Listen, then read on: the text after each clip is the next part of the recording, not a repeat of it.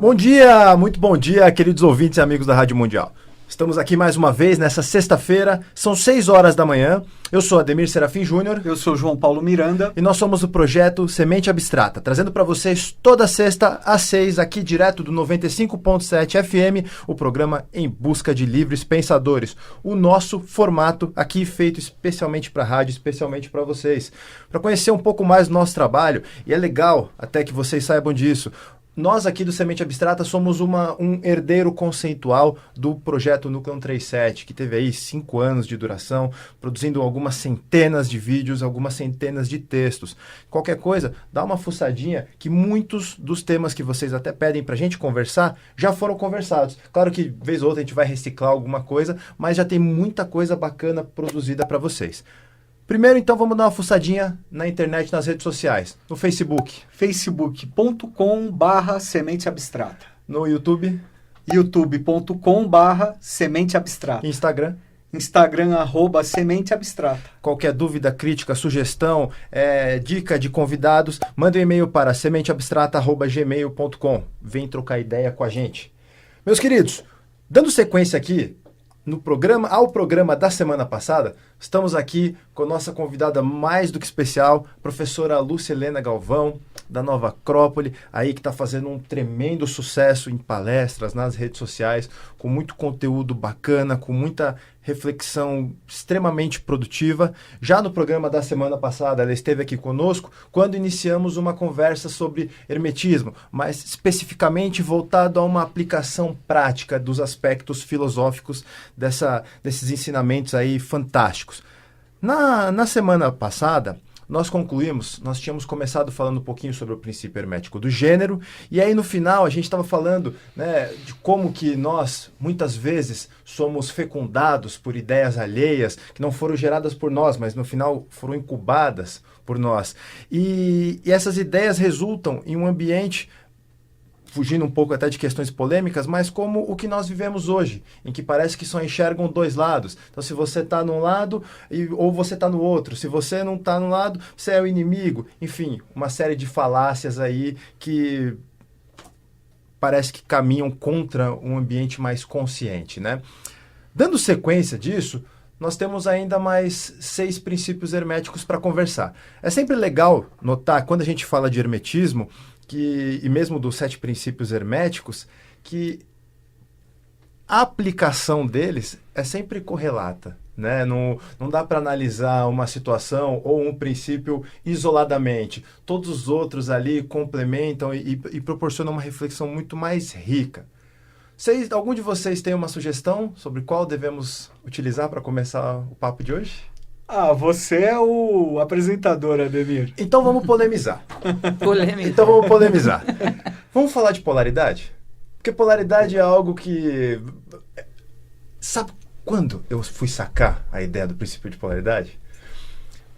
Quando eu tinha uma vez uma ex-namorada que brigava muito comigo. Brigava. Eu não entendia por que ela brigava comigo. Aí um dia ela chegou e falou assim pra mim, sabe o que você faz? Se coloca no meu lugar. Aquilo foi um tapa na minha cara. Nessa ideia mesmo, assim, literalmente, de que todas as verdades são meias verdades. A gente costuma enxergar situações sob a nossa ótica. Mas por que não? E aí até alguns programas nós falamos sobre certo e errado, através do conceito de empatia. Então, qual que é a dificuldade que nós temos, né, de nos colocarmos no lugar do outro, para entender que certo e errado são a mesma coisa, só que pontos de vista distintos. Eu já estou falando demais, gente. Agora, por favor...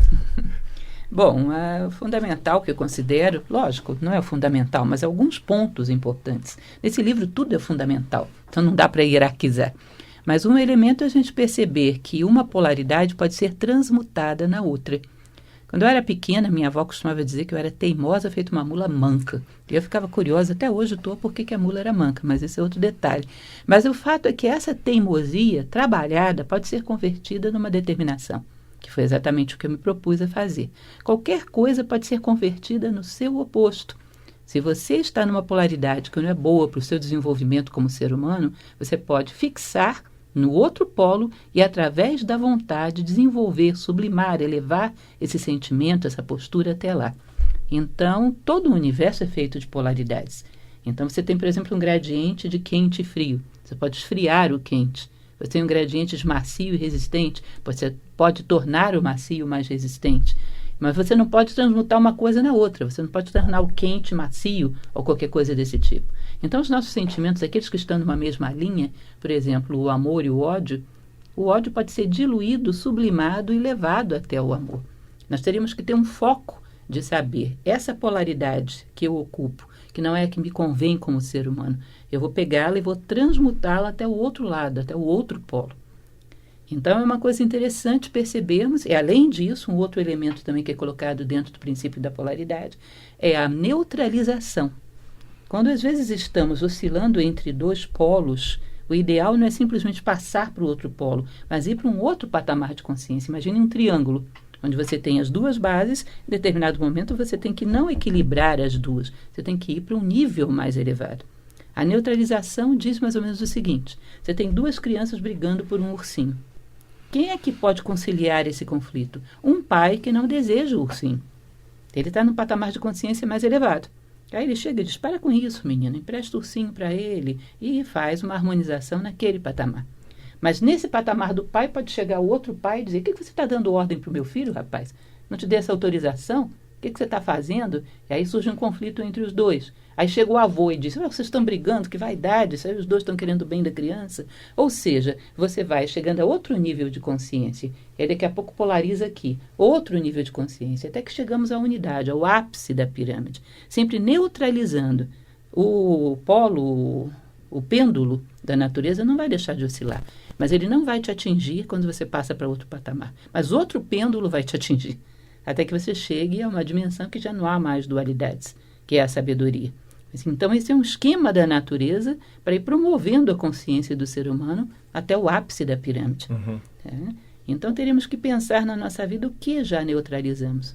Em geral, quando vencemos os desejos, superamos as experiências de um patamar, neutralizamos aquele patamar. E temos que descobrir qual é a nossa batalha agora. Certo. João? É o que eu estava pensando em Dharma, né? É justamente o caminho de Dharma.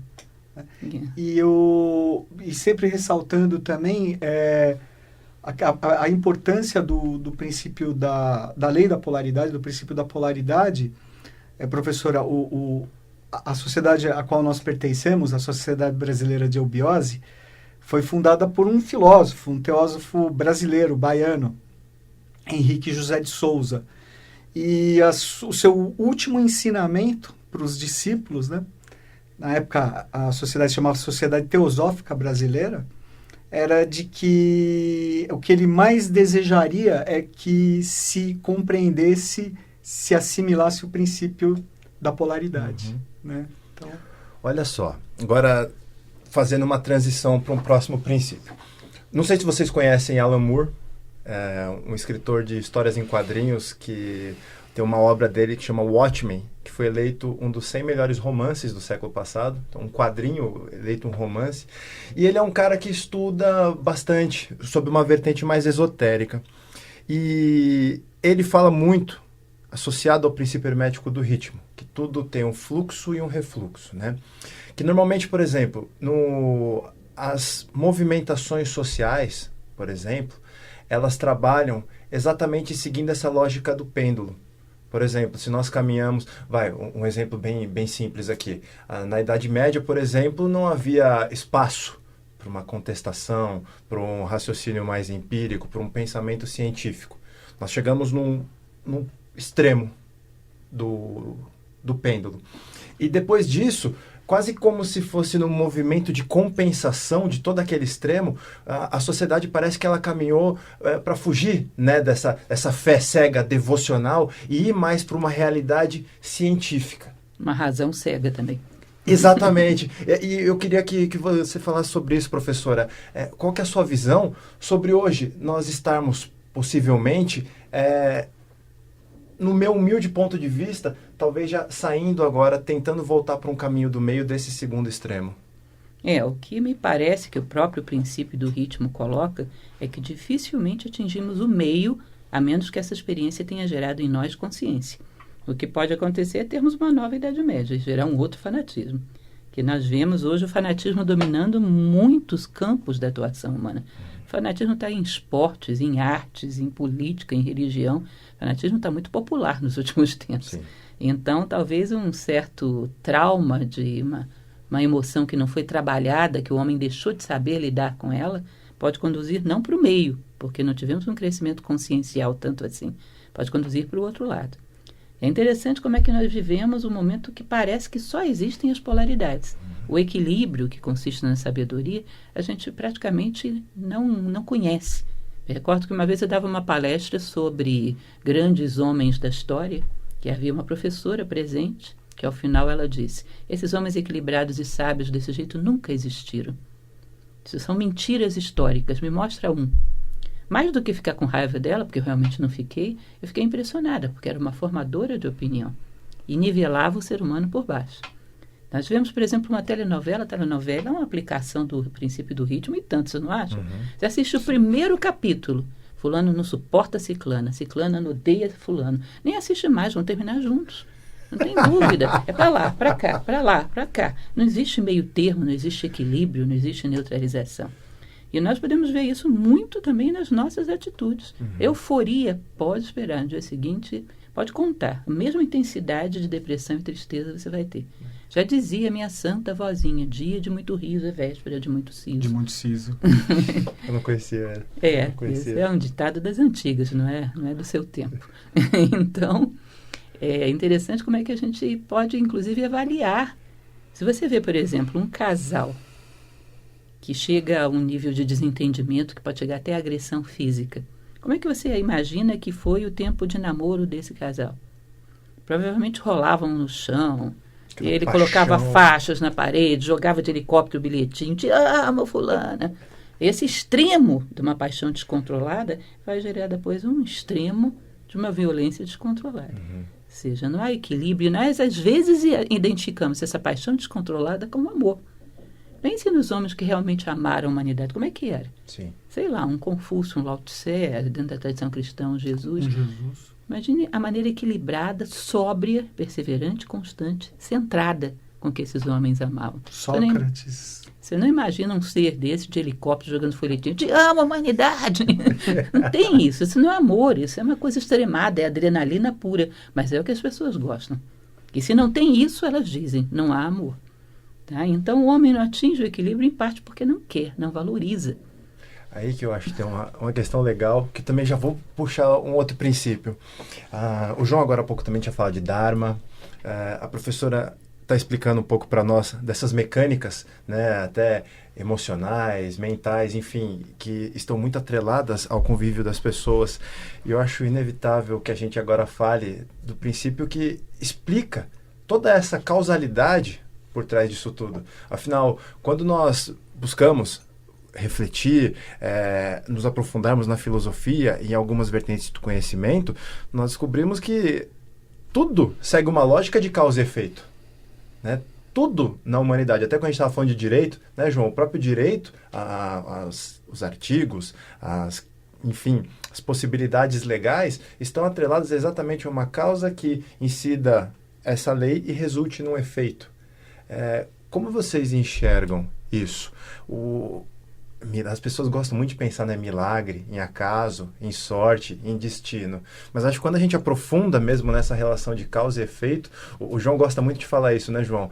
Não existe casualidade, e sim a causalidade. Causalidade, sempre. Sempre. Bom, você não quer... Por favor, professor, depois eu comento.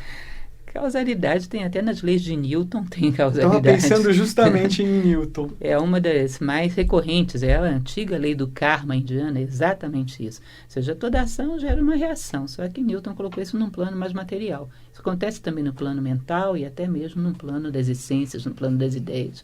Ou seja, toda causa gera um efeito. O que existe é uma confusão na cabeça das pessoas, porque quando a gente explica essa lei, elas tendem a achar que não existe livre-arbítrio. Então está tudo escrito. Não, está escrito não. Você escreve a partir do momento que gera causas. É como a frase bíblica: a semeadura é livre, porém a colheita é obrigatória. Helena Blavatsky, que é uma filósofa que admira muito, ela dizia que o mais ínfimo dos seres é capaz de modificações no terreno das causas, mas até os deuses seriam determinados no terreno dos efeitos. Inclusive, ela fala algo que é um pouco forte, um pouco polêmico. Ela diz que quando nós pedimos perdão a alguém, existe um efeito moral de reconhecermos o nosso erro. Mas o fato de alguém nos conceder perdão não nos isenta das consequências kármicas cujas causas geramos. Tá? Então, o perdão não é uma anistia kármica, não é uma Ilhas Caimãs do karma. Ele não nos isenta das consequências que geramos. Tá? Então, o livre-arbítrio nos permite gerar causas cujas consequências sejam condizentes com aquilo que a gente pretende. Isso nos dá um poder muito grande sobre a vida, porque eu posso, inclusive, articular no futuro para onde eu pretendo caminhar e criar causas condizentes. E posso encontrar as causas daquilo que vivo agora, unindo as duas pontas, né? Encontrando onde eu gerei essas consequências no meu passado. Que isso faz com que eu me responsabilize pela vida. Ou seja, eu estou vivendo isso porque gerei causas aqui. E não porque fulano, ciclano ou beltrano estão me perseguindo, ou a vida é ingrata. Porque um dos maiores vícios que nós vivemos hoje em dia é a vitimização. Eu costumo brincar com os meus alunos que são as duas maiores invenções do homem. A primeira é a roda e a segunda é colocar a culpa de tudo no outro. Que funciona bem, só que tem um problema. Quem tem que mudar é o outro, não é você. Então nada muda, na verdade. Sim. Porque não temos poder sobre a mudança do outro. Sobre nós, sim. E eu ainda faria uma observação, que eu acho fantástico esse ensinamento do perdão, né? Que o perdão não isenta o pecador da responsabilidade do que ele fez. Mas eu imagino que ele tira um peso tão grande da pessoa que teve a capacidade de perdoar, né? Ela se isentar daquele sentimento negativo, daquele sentimento denso, que a gente sabe que muitas vezes isso também é um fardo que a gente carrega, né? Não é, ela não se isenta só disso, não. Ela se isenta das consequências kármicas. Porque quando ela odeia, quando ela não perdoa, ela se embola no karma do outro. E vai sofrer esse karma junto. Ou seja, ela se isenta da equação kármica que o outro gerou. Não tem nada a ver com isso. Tá? Ou seja, fantástico isso, em última instância, o perdão tem até um pouco de egoísmo nele, né? Não tem nada a ver com isso. Você se vira com o que você gerou. Sem dúvida. Uma questão forte que me ocorreu nesse sentido que eu estava refletindo nesses últimos tempos, nós falamos assim, muito, eu sou astrólogo e tal, a era de aquários e tudo que nós estamos já vivenciando, e nós falamos que uma das tônicas, né, da era de aquário é justamente a libertação, é a emancipação do gênero humano, a emancipação do ser humano. E em contrapartida, como uma sombra, pode ser a vitimização, o aprisionamento, mas justamente quanto mais consciente você se torna e mais causador, maior a sua consciência da sua responsabilidade. Então, maior é o seu comprometimento. Então, parece um paradoxo, mas a liberdade, na minha visão, a liberdade verdadeira como consciência, ela implica ela implica o compromisso. Conhecimento gera compromisso. É o compromisso com a evolução, clássica. É o compromisso com a humanidade, com a evolução, com o próximo. Né? Olha só, então vamos agora até partir para mais um princípio aqui para a gente conversar. A gente já conversou aqui sobre relações de causa e efeito, sobre relações polares, sobre todo um grande molho aqui de hermetismo. Agora eu queria que vocês conversassem, comentassem um pouco conosco sobre aquele que explica a própria transição entre os planos, a própria transição entre os polos, que é o princípio da vibração. Né? Afinal, tudo vibra. A diferença entre o gelo e o vapor d'água é o estado vibracional das moléculas. Mas aplicados isso à nossa realidade, a esses momentos tão maniqueístas, enfim, a todo esse contexto, como vocês enxergam o princípio da vibração? Esse é o meu predileto. Eu estava pensando que será que ele não vai falar disso? Né? Porque uma das coisas mais importantes para a filosofia é a questão da vida interior. É chamado nas tradições antigas de nome interno. Existe um ditado que eu gosto muito que diz o seguinte: você quer mudar o mundo, coloque o homem na companhia de si mesmo. Depois você solta. Tudo mais, como diz a Bíblia, será dado por acréscimo. Ou seja, o nosso nome interno, nossa verdadeira identidade que nós deveríamos conhecer, que a individualidade se baseia nisso, e daí o discernimento, daí a iniciativa para construir a nossa vida, ela é um nível vibracional. Se um filósofo como um Platão perguntasse para você quem é você, a melhor resposta que você poderia dar é em que grau você está vibrando. Ele mesmo, no seu livro A República, ele falava muito sobre a música, exatamente porque a música ela tem um padrão vibratório que te convida a entrar em consonância com ela. Ou seja, a música pode te ajudar a elevar ou baixar o nível vibratório. Então, o universo inteiro vibra. Se você pega a matéria mais densa, ela tem uma vibração mais lenta. Se você acelera, você entra em dimensões de energia, aí você vai para dimensões psíquicas, dimensões mentais, para a luz, para não sei onde, para o espírito, e se diz que lá na ponta chega a Deus. Então, esse coeficiente todo de vibração, evoluir seria acelerar a tua vibração. Tudo que nós temos à nossa volta tem um coeficiente de vibração. O cidadão liga a moto ali fora, vira a chave e faz aquele barulhinho. Não sumiu, saiu do nosso espectro de audição, mas a vibração continua. Então, uma das coisas fundamentais que houve um filósofo do século passado muito interessante, que foi Sirihan, vocês devem conhecer, que ele dizia que evolução nada mais é do que a depuração do gosto. Aumentar o teu coeficiente de vibração, ter afinidade com coisas mais nobres, mais elevadas, mais humanas. Aumentar o coeficiente de vibração. Por isso Platão tinha tanta preocupação, ele dizia uma coisa que eu acho super interessante, que ele media a qualidade de um governo pela música que ele dava ao seu povo, como educação. A música é muito interessante porque é um coeficiente vibratório muito atraente. Sim. Ele usava a música nos seus banquetes, que ele planejava na sua cidade perfeita. Ou seja, é muito interessante essa ideia. Depuração do gosto, elevar a nossa consciência para vibrar em função de coisas mais nobres. Se nós saímos, por exemplo, na rua e ouvimos a conversa das pessoas, em geral elas estão falando de pessoas. Vocês já devem ter ouvido falar daquele ditado chinês que diz que o homem vulgar fala de pessoas, o homem comum fala de coisas e o homem nobre fala de ideias. Então, puxar essa consciência para coisas mais transcendentes, mais verdadeiras, mais válidas, coisas que de fato façam diferença. Nada é impune. Eu já conheci pessoas que eram pessoas boas, estavam tentando fazer o melhor na vida, mas tinham um péssimo gosto para certas coisas, como música, como arte, e consideravam que isso não tinha nada a ver, que isso era impune. Quando a vida te coloca sob pressão, essa vibração que você permitiu estar dentro de você se manifesta num comportamento à altura dela, de agressividade, de descontrole, de animalidade. Então, nada é impune. Toda a nossa consciência, em todos os seus aspectos, todos os seus elos, todas as suas ligações, deveria ser elevada para um nível mais humano.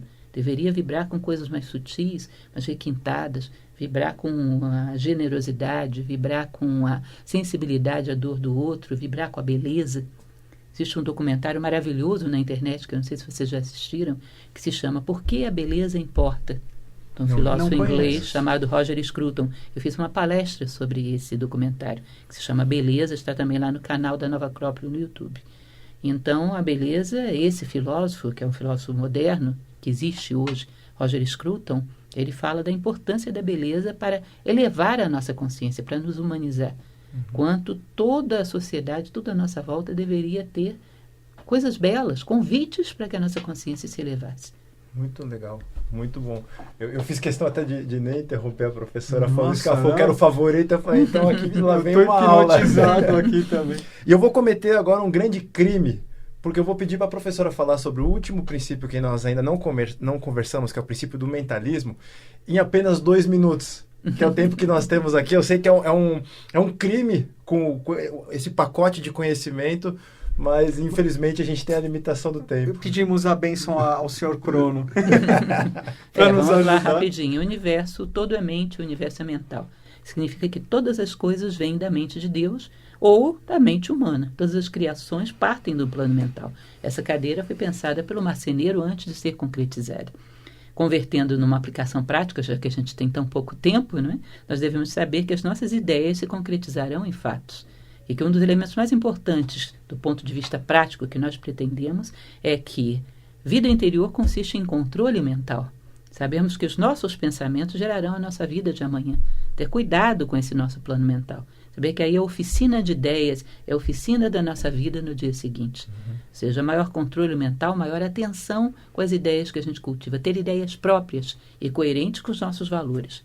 Inteligência no plano humano significa organização de pensamentos segundo princípios universais. Princípios como verdade, generosidade, honestidade, bem, ou seja, a orientação dos pensamentos em função de princípios universais. Porque o que pensamos hoje será a nossa realidade amanhã. Tudo no plano concreto vem do plano das ideias de Platão. E isso é a ideia do mentalismo, muito basicamente, para 1 minuto e meio. Sim. E só um comentário que eu queria muito fazer, que eu achei muito relevante da exposição da professora sobre o princípio da vibração.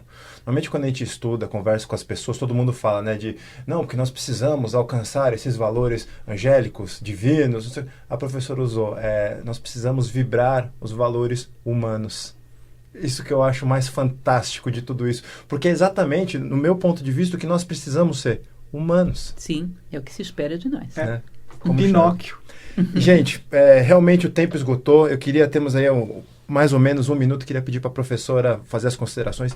Obrigado, muito obrigado pelo seu tempo, pelo seu conhecimento, aliás, pela sua sabedoria, porque não é nem conhecimento isso, e por você ter utilizado o seu tempo para estar aqui com a gente. Foi um prazer, uma honra enorme. Eu que agradeço e gostaria só de dar para vocês as coordenadas da Nova Acrópole, que é a instituição a qual eu pertenço.